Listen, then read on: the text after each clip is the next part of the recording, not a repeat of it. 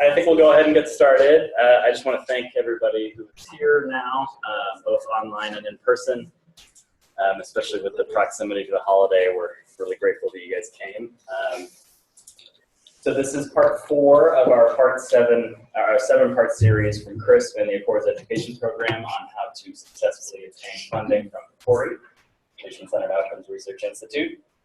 Each of these workshops or seminars has highlighted a unique aspect of the funding process. So if you've missed any of these, they're available online now on our website. We're kind of having a group, but today we've got a mixed panel. We've also had some lectures, small group discussions, things like that. And then in April, we're going to be culminating with a big conference. So check our website for information about that. Typically, these workshops have been geared toward junior and senior faculty who are interested in applying for PCORI funding, but we're excited that over the last few seminars in particular, our audience has kind of broadened.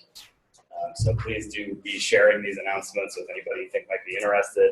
It's kind of exciting. We've simulcast even outside of the state recently, so it's pretty interesting. And please sign up at the table outside if you haven't already given us your email and you want to be included on our announcements.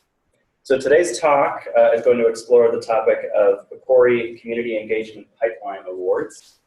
And we're fortunate to have 2 panelists here with us today. Sara Mazzoni, I'm going to introduce first. Foremost is a physician in obstetrics and gynecology at Denver Health. Here at UC Denver, where incidentally she received her MPH and also completed her residency, she is an assistant professor, and now among her other various research and clinical responsibilities, she's also a co-chair on panel C for October. She has an interest in public health program implementation and evaluation, and specifically in pregnancy. And she says her greatest passion is her children, Gabriel and Alexander, ages 5 and 3. Sara Brewer, who's also a new mom, is joining us today. She's a senior professional research assistant with Accords and PBRN manager for the CocoNet Pediatric Practice-Based Research Network. She has been working on practice-based outcomes research projects here at the University of Colorado for the last 4 years. She brings experience with community engagement and community-based research. And before her time here, she spent about 7 years at the University of Denver Center for Community Engagement and Service Learning, where she managed community engagement programs for faculty and students trained and supported faculty and community partners conducting community-based participatory research. She's currently a project manager and qualitative lead for the PCORI Eugene Washington Engagement Award, which aims to develop stakeholder-driven research, a stakeholder-driven research agenda with statewide CocoNet PBRN. So we're very fortunate to have both of them here. I hope you'll join me in welcoming them. Thanks. So Sara and I talked about making this relatively informal, so we're going to talk a little bit about the 2 different funding mechanisms and our experience with them, and then we're hoping to open it up to Q&A and hear from you guys what questions you really have, so that this will be a little more interactive. So I'm going to start, before I jump into the Eugene Washington Engagement Awards, a little bit about how PCORI thinks about engagement. I think as researchers we often think about it one way, and PCORI thinks about it in a much more robust way. So first they're thinking about a pretty broad variety of stakeholders, and a lot of the things I'm pulling you can find on their website as well, but I found them really helpful in just thinking about where they're coming from.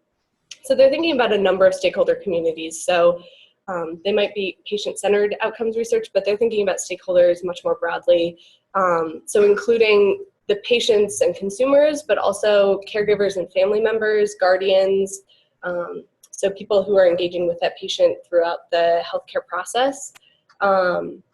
Thinking about advocacy organizations, researchers, clinicians, so really thinking about sort of that broad spectrum, including people like purchasers and payers, who we often don't think about when we're thinking about health outcomes research, industry policymakers, training institutions.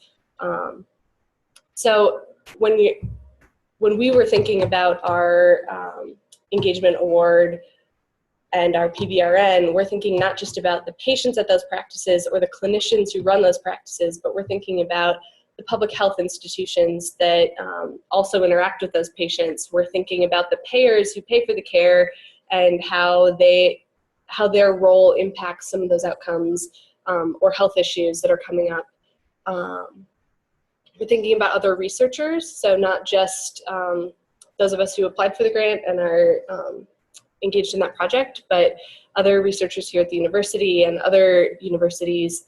So just, I think, paying attention to a broader spectrum than what we typically do in our grant applications. And then the other thing that PCORI is thinking about are sort of underserved populations. They have a pretty long list of underserved populations of interest. So some particular focus there. And then when they're thinking about engagement, they're not just thinking about, I was talking to somebody about these awards last week, and they were like, so I could just do some focus groups, right? And they're thinking much more broadly than that. They really want to engage all of those stakeholders that they're talking about in all of the parts of the process. So everything from conception of a research question, designing the project, all the way to dissemination after you have results. And they think about these with a couple of different, they call them principles. And again, these are pulled straight from PCORI. So they're thinking about reciprocal relationships. And from a community engagement perspective, that's really thinking about, great, I can engage patients or other stakeholders in my research. I'm gaining a lot of their insights, but how am I also giving back to that community? And what is that give and take between the researchers and all of the people they're engaging with? Which sort of goes also to the co-learning. So you're learning from the community as well as providing information back to the community. So there's reciprocal relationships, but also reciprocal learning. And then they're thinking about partnerships. So like I said, they really are thinking about how do you engage all of the stakeholders throughout the whole process. So how can you bring in patients as partners in your research? And these are all pretty standard community engagement principles as well. But so when you go do, for example, phase one of our Eugene Washington Engagement Award is interviewing stakeholders from across the state. So when I'm doing those interviews, I'm not just looking to get information from those people. I'm looking to build these relationships. I'm looking to learn from and teach the people I'm interviewing. But I'm also looking, how can I partner with these people? Are these people who have characteristics where I can bring them in as partners and have them help design the next phase of our research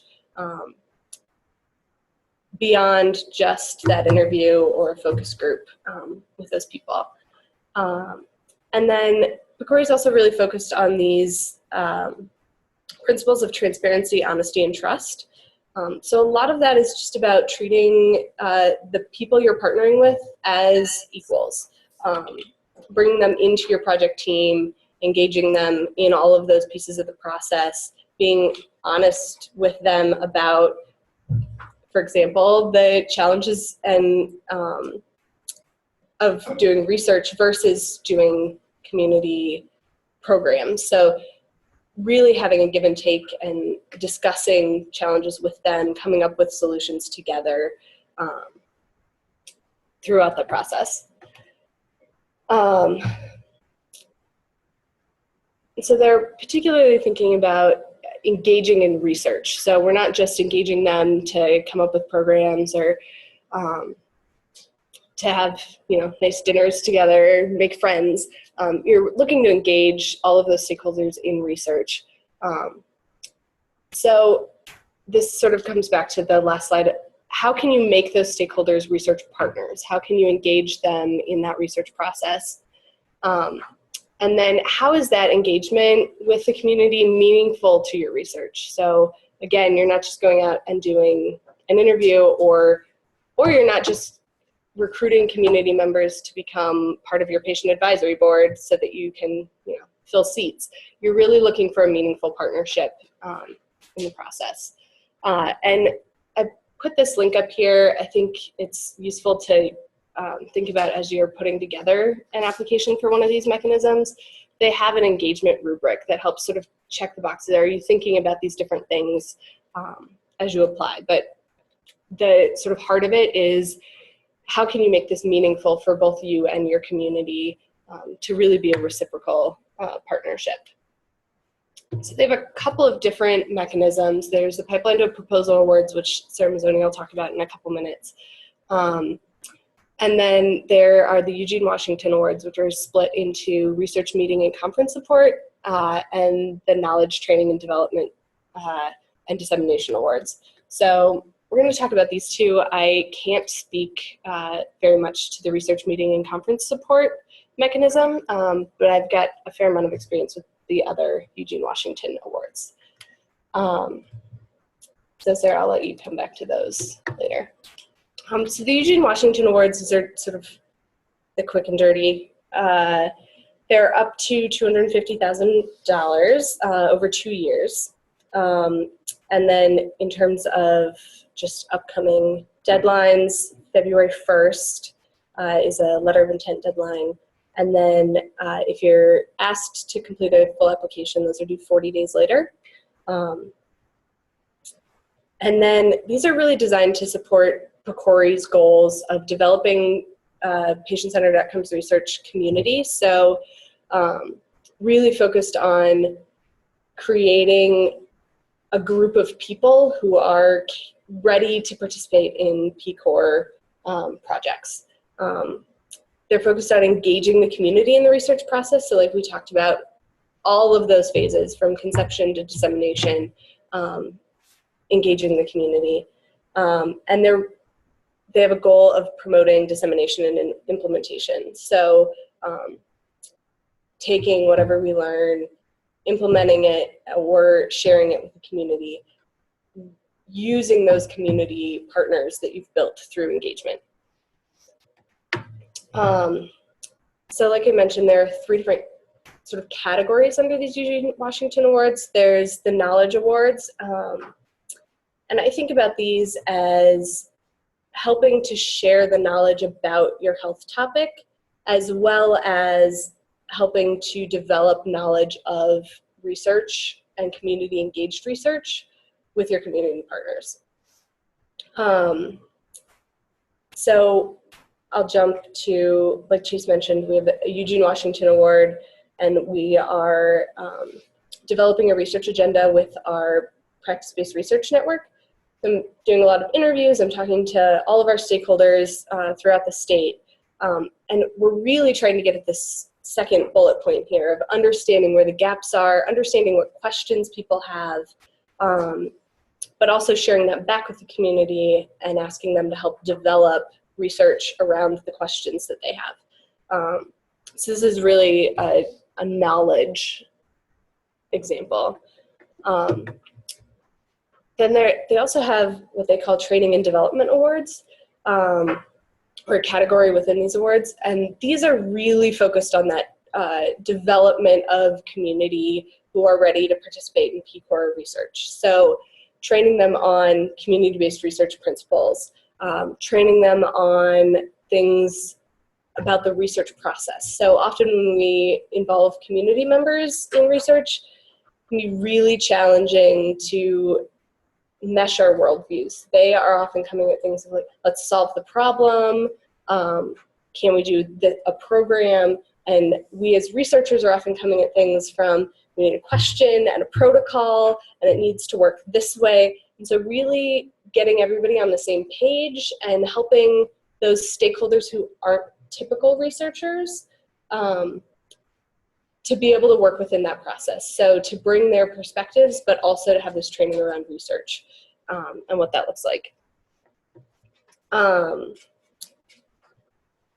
Then they have dissemination awards, and these are really focused on sort of that end portion of the research process and using community members to help disseminate and implement your results. So that can be, an example would be having your community partners help co-present your results back to their community. So at a community meetings with the community partners you've worked with, but really working with those community partners to disseminate it. So it's not just going to a journal and getting published and sending out that publication.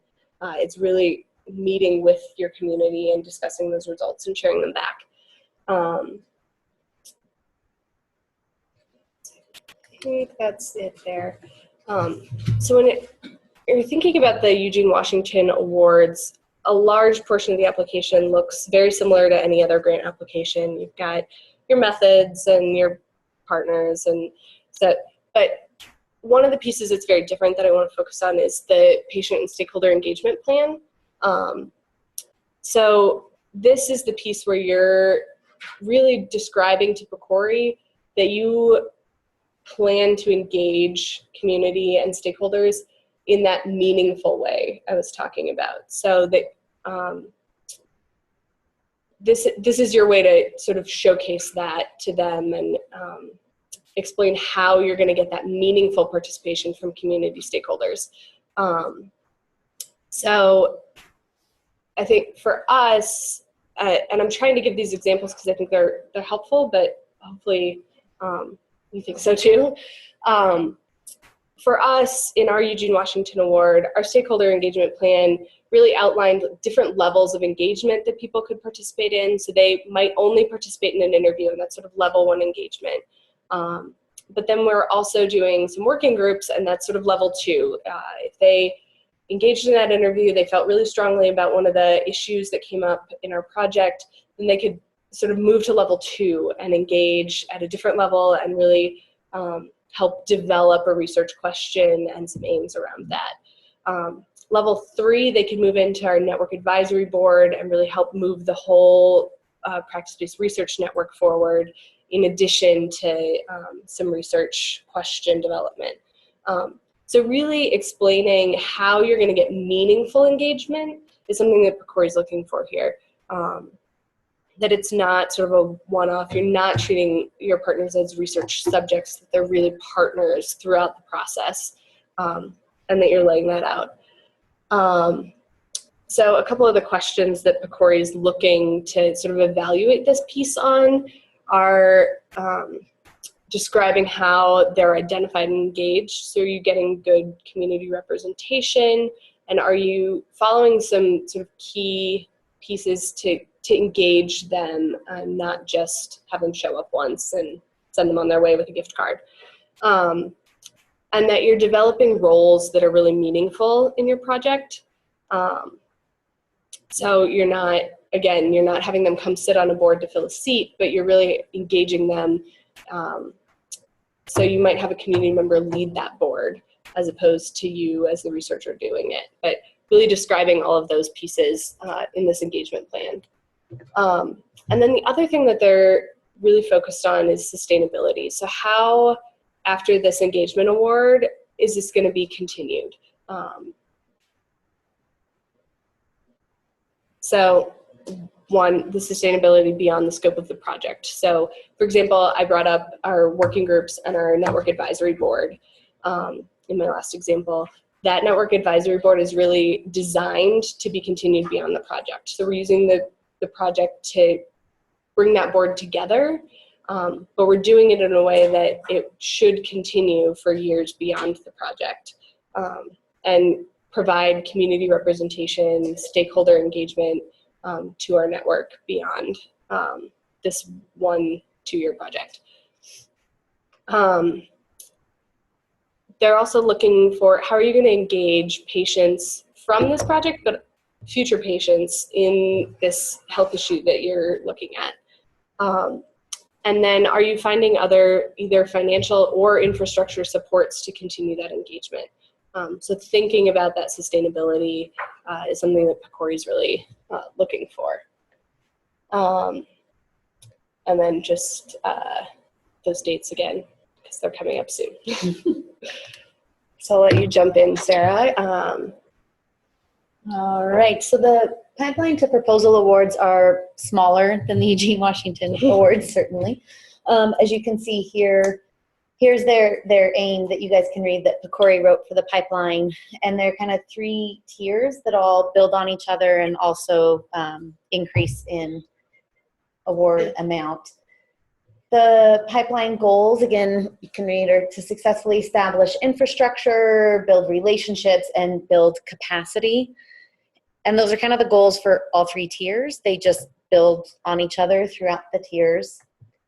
So you can see here the kind of idea. I don't know if this has a pointer, but there's the competitive process to get into tier 1. And then everybody who successfully, Ooh, the little red fancy, button. thank you, there is a red dot. So competitive process gets you into tier 1. Then everybody who successfully completed the goals of tier 1 can move on to tier 2. There used to be a little competitive process here, but we're now being told that isn't going to happen. So the other kind of little secret with these pipeline awards is they were part of the first group. So PCORI rolled this out as kind of their own little research experiment of their own. And we were the first cycle 1, tier 1, and it just happened here in the West. They're now on cycle 2, tier 1, and cycle 1 is in tier 2. From the awardee perspective, it sometimes appears that PCORI is still figuring out what each tier is going to look like as we're in it. So I'll show you the dates here, but our project successfully completed tier 1. There were 30 people here in the West that were awarded tier 1s. 27 of us moved on to tier 2.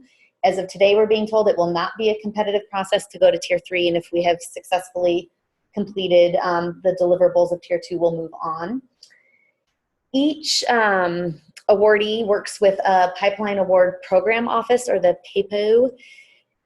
Here for the West, for ours, it's the Colorado Foundation for Public Health and Environment, CFPHE, not CDPHE. These are really the people that you interface with constantly and frequently. So there isn't anybody from PCORI that I've ever spoken with. It's all the PAPO, who actually is even kind enough to be here today. They're everywhere. Here's the list of what PCORI says they will do, but they kind of do everything. So they're your contact for everything. They truly, it says here, advocate for the awardee with PCORI. They really are your advocates and your connection. They're incredible to work with. Here, just so you can see who is currently being funded. So here we are, obviously. The blue is cycle 1, as we talked about. So that was just in the West. Those are the 27 of us left. And then cycle 2 now has opened up nationwide, and there are additional PAPOs, which are the gray stars, which are all also posted online on PCORI site if you're interested who the other PAPOs are. There we go. So again, just to give an example, because I think that that's helpful, of our tier 1, taking it a step back, actually, Sara talking about her application reminded me I didn't really speak much to that because I have no idea why we were funded. The application is not like any other grant application ever. It's a lot shorter. From what I have heard subsequently, they're not looking for anything very specific. Remember, the point is to build relationships and develop infrastructure and capacity. And if you already have that and know exactly what you're doing, then you're in the wrong funding mechanism. So my grant application essentially was like, I have absolutely no idea what I'm doing. I have no idea what I'm going to do. And they gave me the awards. They are looking for a topic or a health concern of interest, and mine was preterm birth. I don't know if this helped, but it also, from what I've also subsequently heard, when PCORI initially developed this funding mechanism, they were looking more to fund community and have a more accessible funding mechanism for community members and smaller organizations, and not researchers such as ourselves. And in our original application, I applied with a co-investigator. I have a kid with cerebral palsy, which is most commonly caused by preterm birth. And my co-investigator is a mother who had a preterm birth herself, and her kid spent a long time in the NICU. And we spoke about that in the application, that yes, we're researchers, we're doctors, but this is why we're so interested. So the other interesting thing that I realized in putting this together is it was 2 years ago this month that we were notified of the award. So keeping in mind, this process is not fast. It has been 2 years and we're still not even done with tier 2. Long process. So the contract period was initially supposed to be February, got pushed back, which is also a recurring theme. It was a 9-month contract. These were the deliverables. which we successfully accomplished. So the first thing we did actually was make a geomap using state data of all the preterm births in Denver and mapping to where the highest burden of preterm birth was. And it's not shocking where it is. It's also, you can match it with socioeconomic data. So we had our neighborhood target. We then held focus groups with community members of women who had had preterm births from those areas of town. And then we also developed relationships from the focus groups and outside of the focus groups as well with mothers who had had preterm births. Those relationships that were initially built, those women, there are three main ones. They are still working with us and work with us very closely. We also then trained them to become patient researchers. And because I'm a chair on COMERB, as Chase mentioned, we made them do human subjects protection training, focus group training, and they actually then co-facilitated the focus groups. So I've never even been to one of our focus groups. Our patient researchers do it. Based on feedback that we got in Tier 1, everybody didn't want to actually care that much about their preterm birth. They just cared more about having healthy pregnancies and health promotion instead of focusing on the negative. So we've now changed our title and our focus, and we're healthy pregnancies instead of just preterm birth. We're now in the 12-month contract. You might also, going back, notice the dates. We ended a year ago. And wait, there was a 3-month lag with no funding and no word, which also is going to happen again. We hear between Tier 2 and Tier 3, and is something really interesting to keep your momentum and your patients engaged when one of PCORI's fundamental principles is equal compensation for time, and we had no money. These are the deliverables. They're getting a lot longer, and I won't read this all to you, but it's essentially the same as Tier 1, just longer, and again, building on that capacity and further developing those relationships. And I can tell you what we're doing if you're interested, but essentially kind of same but different. And in addition to developing relationships with patients, of course, the way easier part is developing relationships with other researchers and all those other stakeholders that Sarah was mentioning. Even though these funding mechanisms are not for a significant amount of money, I think just by virtue of having a funding mechanism and having momentum about a health concern, other researchers and stakeholders are quick to come to the table. It's the patients and community sometimes that are a bit harder to engage. We don't know what is going to be asked of us in Tier 3 yet, and we're not sure when it will start or what's going to happen. So there's that. And this was really, as Sarah and I talked, you know, an informal session for the few of you here to see what you wanted to hear about. Questions you have or thoughts anyone wants to share? Don't all. Thanks. I had some experience with PCORI early on. I was actually an advisor for a specific award.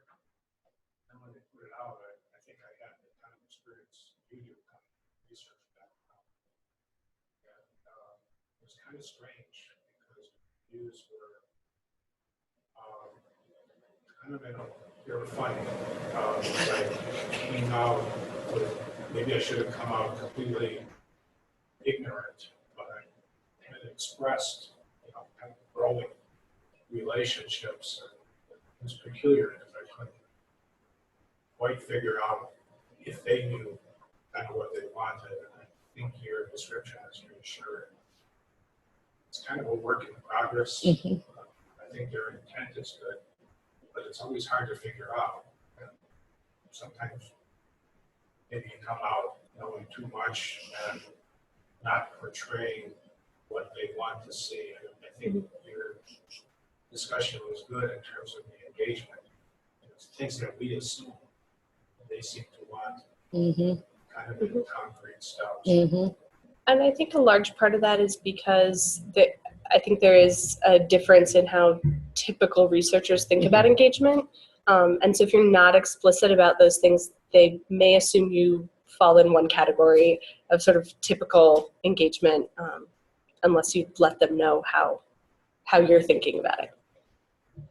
And I think that is the other interesting part about being in the pipeline is that while having the CFPHE to work with, because as you're saying, it sometimes appears, at least from our end, to be unclear what PCORI wants or if they know what they want. And that's where that intermediary is incredibly helpful because they are very clear in their expectations. And it's been very helpful, to say the least.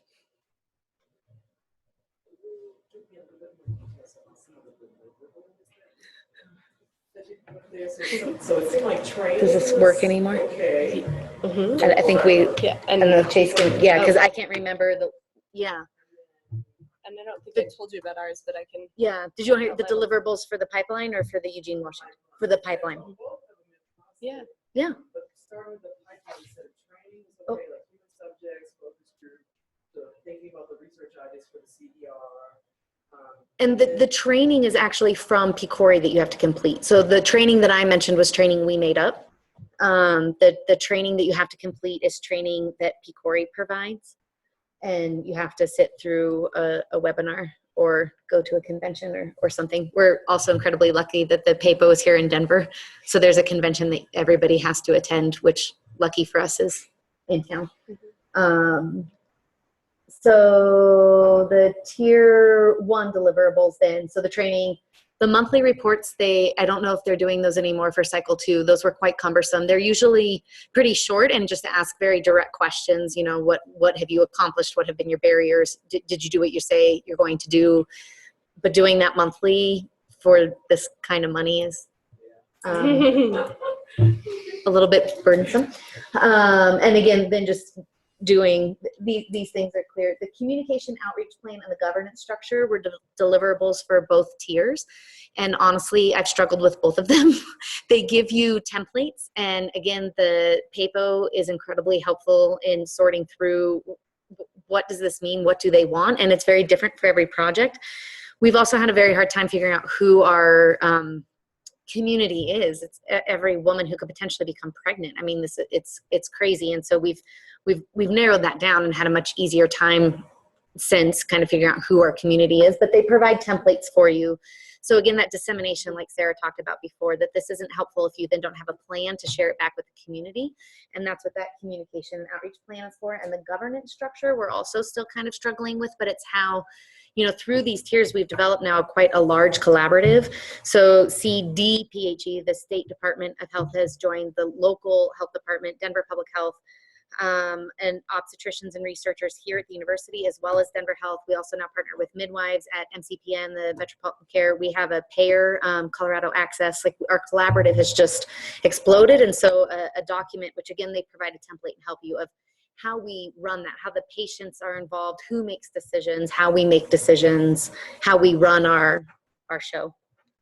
So the deliverables, again, are very similar for tier 2.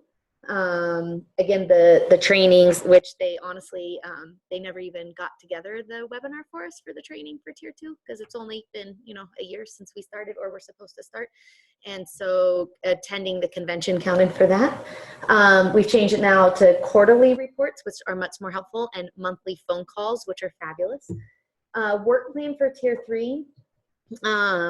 Or a justification for why your collaborative or project is not moving forward in tier 3. And revise the governance document and keep working on that, which we have done. The other big goal of tier 2 is to start narrowing it down, because again, this is supposed to be a pipeline to proposal. And so they want to see that the ultimately that you're developing this list of research questions, because it's all nice. We all get together and talk about healthy pregnancies and engaging the community, but we need to start organizing ourselves into a viable list of comparative effectiveness, patient-centered research questions that ultimately the plan, we believe, in tier 3 is to then continue to work on that list and start developing the big proposal for PCORI or elsewhere. They're also, I think Sarah mentioned this too, about, you know, looking for other funding. They're very big into that, and to always be looking for other funding mechanisms. Does that answer your question? I would just your question. I talked to Sarah before she got the sounds like a letter of intent had to have like all the magic special sauce in that 250 words. So I'm writing one, and my population is growing all those kids. So I'm lucky enough to get next step. How does PCORI feel about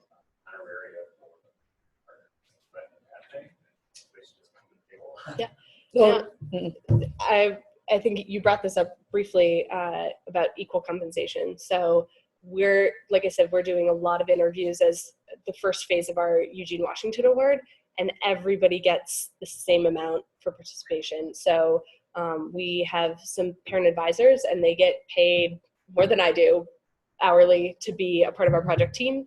And typically I've seen in other research proposals in terms of like incentives for participations in interviews, focus groups, things like that, where like doctors will get paid a lot more to participate in something like that than a patient, and all of ours get paid the same amount. So we actually bumped the patient compensation up to what we would pay a doctor to participate, because we think that that is important, and PCORI agreed with us. So I think compensating people for the time they put into your project is something PCORI is really looking for, that you're paying attention to that, and that you're valuing the time that people are putting into this sort of work. No, you're Which is how compensating it them feels. for being a part of your team. And I think that really goes to their sort of partnership principle, that these are partners, not subjects or one-off advisors. And that sometimes does get awkward, but and we have the same, we don't compensate our patients quite as much, but that is a running theme. But it's the same thing, I'm getting paid to show up to work every day, and we pay them for their time. And it sometimes becomes a very uncomfortable conversation, because at least our women will show up and say, no, like that they really do want to just help, and they're kind and just want to be there. And they get paid very well. We hear that from people too, like, no, you don't have to. And I think it builds a different kind of partnership with them to say, no, you are here doing work for our project. We're not asking you to volunteer. We value what you're doing.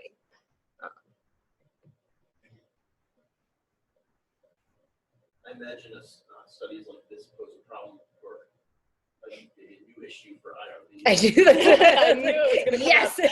yes, they do. So, the IRB here specifically deals with looking at stakeholders and whether they differentiate stakeholders from, say, research subjects or patients. Do you I guess you want to jump in from? You want to chime in from side? that? Because you're talking I to was the gonna IRB. You can chime in from the IRB side, but from the researcher side, I think it depends where you're engaging them and what phase of the research you're in.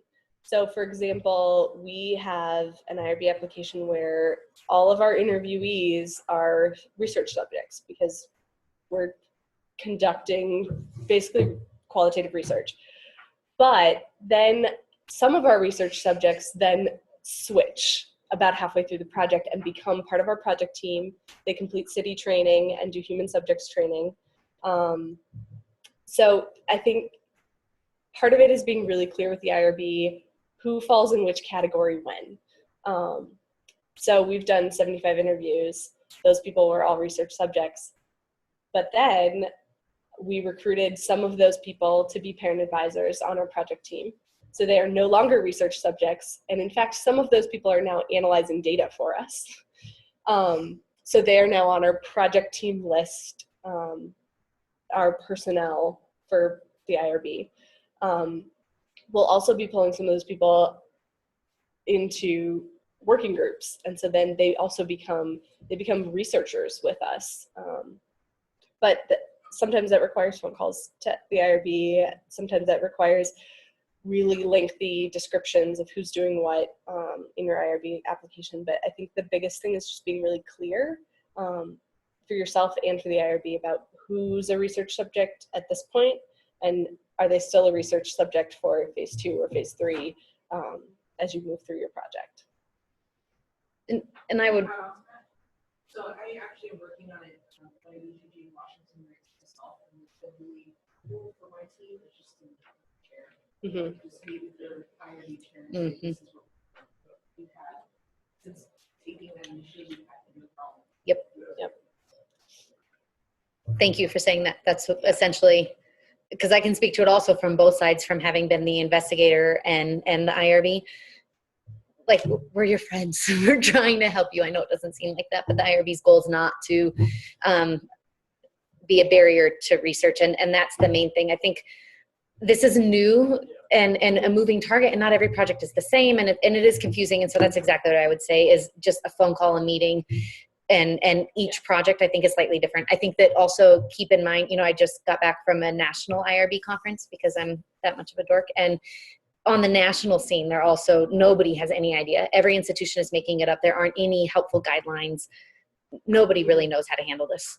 And as well as with the city training, because I felt like that was a barrier. Not all.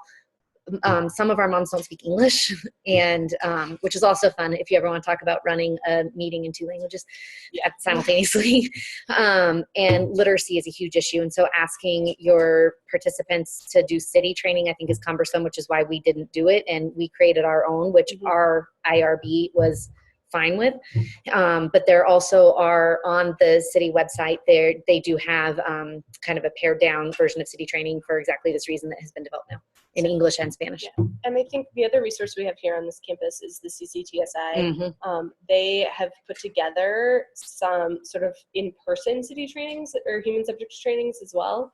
So there are other options if you have like a group of people or need to do that in a different way than we typically do as researchers. There are resources to make all of those things fall into place. Also keep in mind, sorry, just last thing, of what the definition of research is. And some of these parts of projects like this the IRB doesn't actually even need to see. Keeping in mind that if just, what I'm saying, that if you're not actually going to just share the knowledge, if you're not trying to create generalizable knowledge, you're not planning on publishing it, sharing it, if you're truly just building relationships and infrastructure, some of that the IRB doesn't want to see and gets confused when you turn it in. It needs to be the other end of it. You mentioned publications. And what audience do you find in terms of wanting to hear about, process and lessons learned? Other than you guys? Yeah. I don't know if you've had any. You go first. So I think it depends what you're trying to publish. If you're trying to publish the results, I think it's the same mechanisms, audiences, journals that you would typically publish to. And then the challenge becomes those difficult discussions about who wants to be an author, who is an author, and co-publishing with your community partners. In terms of methods, I think I'm seeing a lot more interest in that in the last couple of years. That being explicit about, we're doing this patient-centered work, we're working with communities, this is community engaged or community-based participatory research, that I think there's a lot more interest around that. But I don't know that that's sort of trickled up to some of the top tier journals yet. I deal with the top tier journal and I'm having a hard time cracking that up. Because it's always the control group. Yep. A lot of these you don't get funded to control, funded to learn. Right. Share your experiences. I think, like you said, we're having a little bit of breakthrough. But sometimes it's what the journal's going to benefit. Well, and I think I'm seeing a lot more interest at conferences in particular, and the more that continues to be showcased at conferences, I think the more the journals will pick up. But the other thing I would say is that just because you're doing community engaged research does not mean that you should be doing less rigorous work.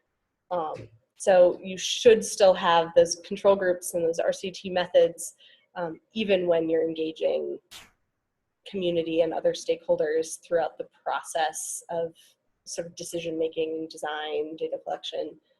It shouldn't be making your methods less rigorous. I think we also haven't tried. I think we really have been focused on staying true to the intent of the pipeline and building relationships and capacity. What has been interesting is the reverse, is that as people find out that we have done these focus groups and have some data, we've also just, then tier 2, we did a bunch of community interviews. So again, had one of the patient researchers do a lot of community interviews that people want us to publish, share that data again at conferences or not in top tier journals, and I don't want to. And so we're actually having the reverse of it. I don't feel that we're ready yet until we're ready for the big time. And there doesn't seem to be at a top tier level. Yeah, that's exactly what I'm facing. Yeah.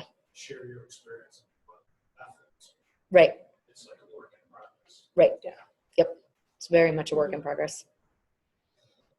Is PCORI also looking for deliverables, not just communication, but say newsletters, website updates for the community? Oh yeah. Yeah. Oh yeah. So that should Oh yeah. They're not very interested in publications. Yeah, I never got to your first question about deliverables. Some yeah. of the things that are in our Eugene Washington Award. So summaries of interview sort of outcomes are one of our outcomes, or deliverables. Having just a list of who's going to be on our network advisory board, having that sort of roster for them. Minutes from our working group meetings is a deliverable.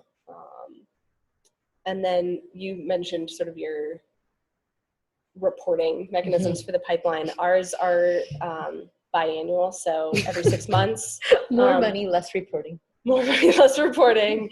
And again, they give us a template that's pretty straightforward about what they're looking for at the PCORI level. And then we have monthly phone calls with our project officer at the National PCORI office, which are mostly just them offering help. How are things going? What can we do to support your engagement efforts? How are you coming on the deliverables?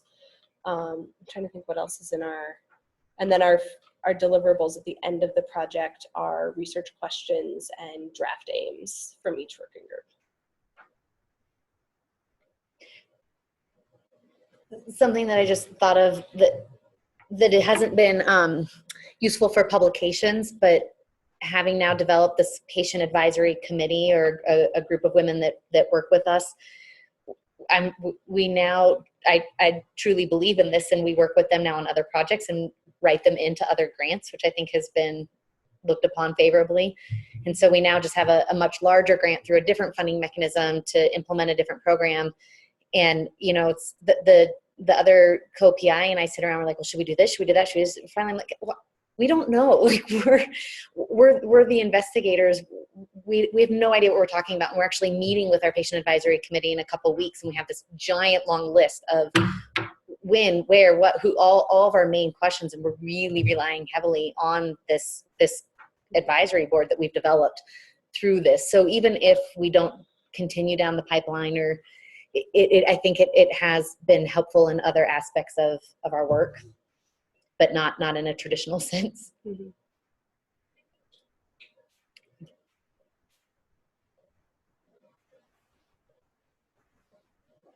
Any other burning questions? Technical, logistical question. Exactly. Cool. Megan, did you have anything to add from CFPHE? Thanks very much. Thank you.